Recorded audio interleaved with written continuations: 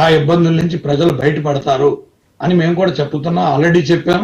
ఎందుకంటే ఒకే సమయంలో ఇంతంత డబ్బులు వీళ్ళు కట్టగలసి వస్తుంది, ఇంత డబ్బులు ఇది చేయవలసి వస్తుంది, లేకపోతే ఈ కంపెనీలు ఈ రకంగా ఉంటాయి, ఈ కంపెనీలకు ఆల్టర్నేటివ్ గా ఇది చేయొచ్చు, ఈ కంపెనీలకు ఈ విధంగా కూడా చేయొచ్చు అని ఎన్నో బ్రెయిన్ స్ట్రోమింగ్ సెషన్స్ అయితే జరుగుతున్నాయి.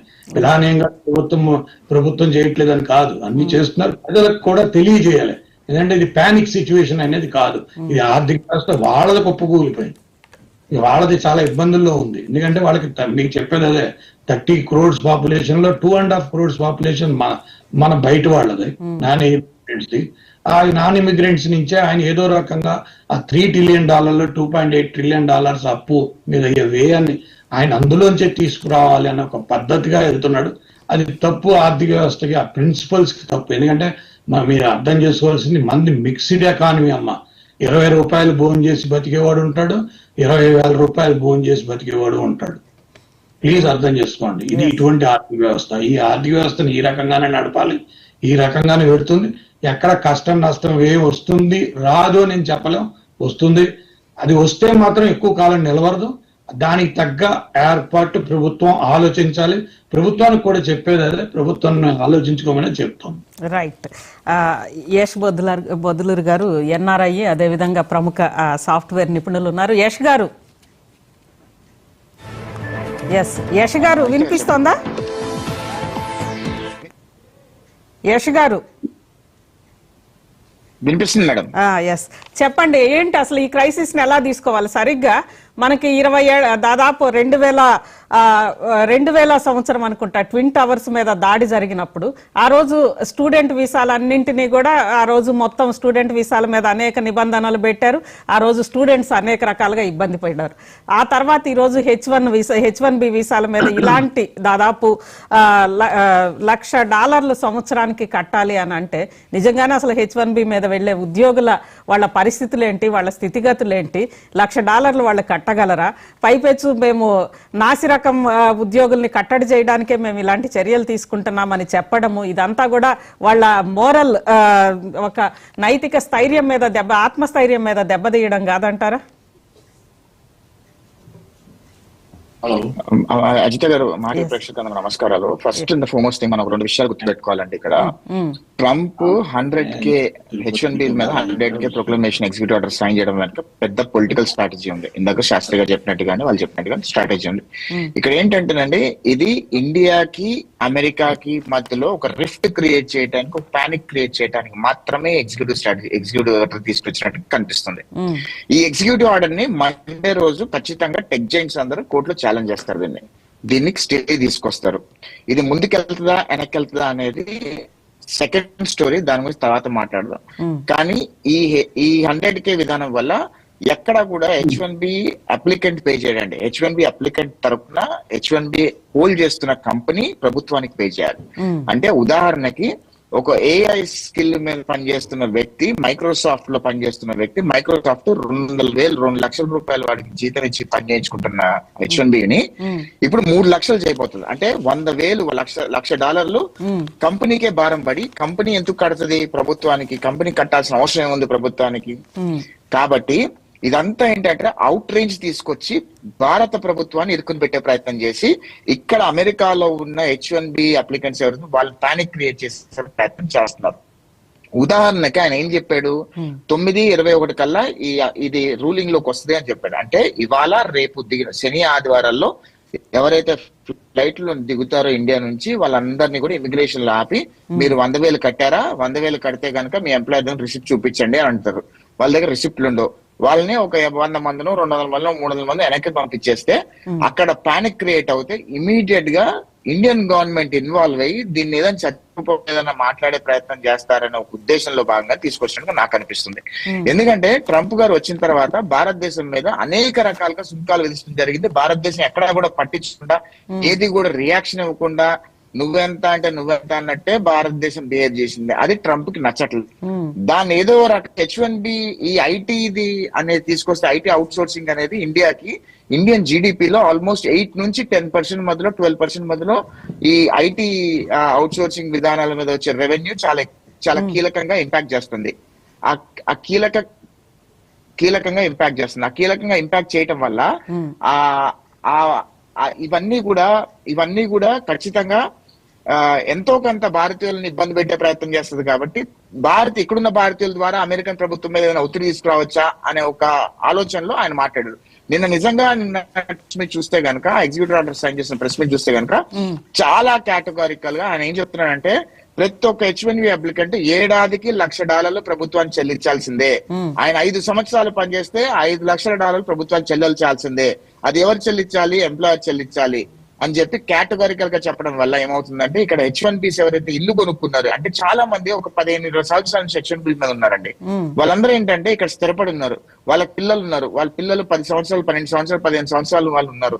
వాళ్ళందరూ ఇక్కడ ఎన్వైరన్మెంట్ లో ఫీడ్ అయ్యారు, ఇక్కడ ఎన్వైరన్మెంట్ లో ఉన్నారు, ఇక్కడ ఎన్వైరన్మెంట్ లో వెళ్తున్నారు, వాళ్ళు ఇల్లు కొనుక్కున్నారు. సో ఇవన్నీ ఉన్నాయి. సో ఏమవుతుందంటే వీళ్ళందరూ కూడా ఇమీడియట్ గా పానిక్ మోడ్ లోకి వచ్చి ఇల్లు అమ్మేసుకోవడం వల్ల హౌసింగ్ మార్కెట్ క్రాష్ అయిపోద్ది. ఇవన్నీ జరగడం వల్ల కొంతమంది ఎందుకులే ఇవన్నీ అనుకో వెనకెళ్ళటం వల్ల ఐటీ మార్కెట్ క్రాష్ చేసే అవకాశం ఉంది, తద్వారా స్టాక్ మార్కెట్ క్రాష్ చేసే అవకాశం ఉంది. ఇవన్నీ కూడా ట్రంప్ తెలిసి చేస్తున్నాడు అని నేను గట్టిగా భావిస్తున్నాను. ఎందుకంటే అమెరికాని ట్రంప్ అధికారంలోకి వచ్చినప్పటి నుంచి అమెరికాని రెసిషన్ మోడ్ లోకి తీసుకెళ్లి రీసెర్చ్ చేయాలి అనే ప్రయత్నం చేస్తూనే ఉన్నాడు. ఆయన ఎక్కడ కూడా సక్సెస్ఫుల్ కాలేకపోతున్నాడు. సో ఏదో విధంగా ఎక్కడో దగ్గర ఏదో రకంగా చేయాలని ఒక దృఢ సంకల్పంతో ఆయన చేస్తున్నట్టుగా అనిపిస్తుంది. కాకపోతే మేజర్ టెక్ కంపెనీస్ అన్ని కూడా ఈ ఎగ్జిక్యూటివ్ ఆర్డర్ ని ఖచ్చితంగా రేపు మండే రోజు కోర్టులో ఛాలెంజ్ చేస్తారు. మండే రోజు కోర్టు రూలింగ్ ఖచ్చితంగా స్టే వస్తుందని బలంగా నేను నమ్ముతున్నాను. దాని తర్వాత ఒకవేళ నిజంగానే ఇప్పుడు ఇంకొక చిన్న విషయం చెప్పి ముగిస్తానండి. చెప్పండి. ఈ H1B ఎగ్జిక్యూటివ్ ఆర్డర్ కనుక కోర్టులో కనుక స్టే రాకపోతే పరిణామాలు ఏంటో చెప్తానండి. ఇమీడియట్ గా ఇప్పుడు ఎవరైతే H1B ఎక్స్టెన్షన్స్ 28, 27 వరకు ఉన్నాయో ఆ ఎక్స్టెన్షన్స్ ఉన్న వాళ్ళందరూ అమెరికాలోనే ఉంటే, అంటే వాళ్ళ దేశం దాటి మళ్ళీ దేశంలోకి వచ్చే ప్రయత్నం చేయకపోతే వాళ్ళకి ఏ ఇబ్బందులు ఉండవు. ఒకవేళ వాళ్ళ దేశం దాటి మళ్ళీ దేశంలోకి రావాలంటే ఖచ్చితంగా ఈ 100,000 కట్టిన రిసిప్ట్ అనేది వాళ్ళు చూపించాలి. అప్పుడే వాళ్ళని కంట్రీలోకి రాణిస్తారు, లేదా రానివ్వరు. అదే విధంగా ఇప్పుడు ఉన్న H1Bలు అందరికీ కూడా ఈ 100K రూలింగ్ కనుక అప్లై చేయాలి అంటే కనుక అది ఎగ్జిక్యూటివ్ ఆర్డర్ ద్వారా అయ్యే పరిస్థితి కాదు. ఎగ్జిక్యూటివ్ ఆర్డర్ అనేది ఒక పరిమితి వరకే ఉంటది. ఎందుకంటే ఎగ్జిక్యూటివ్ ఆర్డర్ మేజర్ గా ఎక్కడైతే పోర్ట్ ఆఫ్ ఇమిగ్రేషన్ నుంచి బయటకు వెళ్ళి వచ్చేటప్పుడు ఆపే ప్రయత్నం చేయడానికి అది బలంగా పనిచేస్తుంది. కానీ ఇప్పుడు ఉన్న H1Bలు ఎవరైతే అమెరికాలో మొత్తంగా యావత్ H1Bలు ఉన్నారో వాళ్ళందరి మీద ఇంపోజ్ చేయాలి అంటే కనుక అది ఖచ్చితంగా కోర్ట్ స్టేలో వచ్చినప్పుడు మళ్ళీ దాన్ని బిల్లు రూపంలో పెట్టి అది కాంగ్రెస్ లో సెనెట్ లో అప్రూవ్ అయ్యి మళ్ళీ యూఎస్ చేసుకొచ్చి అది రూలింగ్ చేసి ఇదంతా ఒక 3 years ప్రాసెస్ అండి అవన్నీ కూడా. ఇప్పుడు ఇంకోటి ఏంటంటే ట్రంప్ కి సెనెట్ లో మెజారిటీ ఉంది, కాంగ్రెస్ లో కూడా మెజారిటీ ఉంది. ఇప్పుడు మిడ్ టర్మ్ ఎలక్షన్స్ ఉన్నాయి. ఆ మిడ్ టర్మ్ ఎలక్షన్స్ లో క్లియర్ గా ట్రంప్ గారు మ్యాండేట్ కోల్పోతారు. సెనెట్ లో కోల్పోతే కాంగ్రెస్ లో కోల్పోయే అవకాశాలు చాలా బలంగా కనిపిస్తాయి. ఎందుకంటే మెజారిటీ ఆఫ్ ద అమెరికన్స్ కి ట్రంప్ గారు ఏం చేస్తున్నారో అది నచ్చడం లేదు. అది అమెరికన్ ఎకానమీకి యాజ్ ఎ కంట్రీకి చాలా దెబ్బతీస్తుంది అనేది ఇక్కడున్న అమెరికన్స్ లో కూడా బలమైన అభిప్రాయం కలిగింది. అదే విధంగా ఎవరైతే ట్రంప్ కి ఓటేశారో ట్రంప్ గెలవడానికి భారతీయులుగా చాలా కీలక పాత్ర పోషించారండి. ఎందుకు కీలక పాత్ర పోషించారు అంటే గనక ఇక్కడ గత అడ్మినిస్ట్రేషన్ డెమోక్రాటిక్ అడ్మినిస్ట్రేషన్ లో ఇల్లీగల్ ఇమిగ్రెంట్స్ అందరినీ తీసుకొచ్చి లీగల్ ఇమిగ్రెంట్స్ కి చాలా అన్యాయం జరిగింది. సో లీగల్ ఇమిగ్రెంట్స్ అందరూ ఎవరైతే లీగల్ గా H1B డబ్బులు కట్టి వచ్చారో, ఎవరైతే ఫీజు పే చేసి వచ్చారో వాళ్ళందరికీ కూడా గ్రీన్ కార్డులు రాకుండా ఇల్లీగల్ గా వచ్చిన వాళ్ళకి గ్రీన్ కార్డు ఇచ్చేయడం వల్ల majority of the Indian community మొత్తం కూడా ట్రంప్ వస్తే గనక లీగల్ ఇమిగ్రెంట్స్ కి చాలా న్యాయం జరుగుతుంది, ఇల్లీగల్ ఇమిగ్రెంట్స్ కి చెక్ పెడతాడు, లీగల్ ఇమిగ్రెంట్స్ న్యాయం జరుగుద్ది అని ఇండియన్ కమ్యూనిటీ మొత్తం గంపగొత్తుగా ట్రంప్ గెలిపించడం జరిగింది.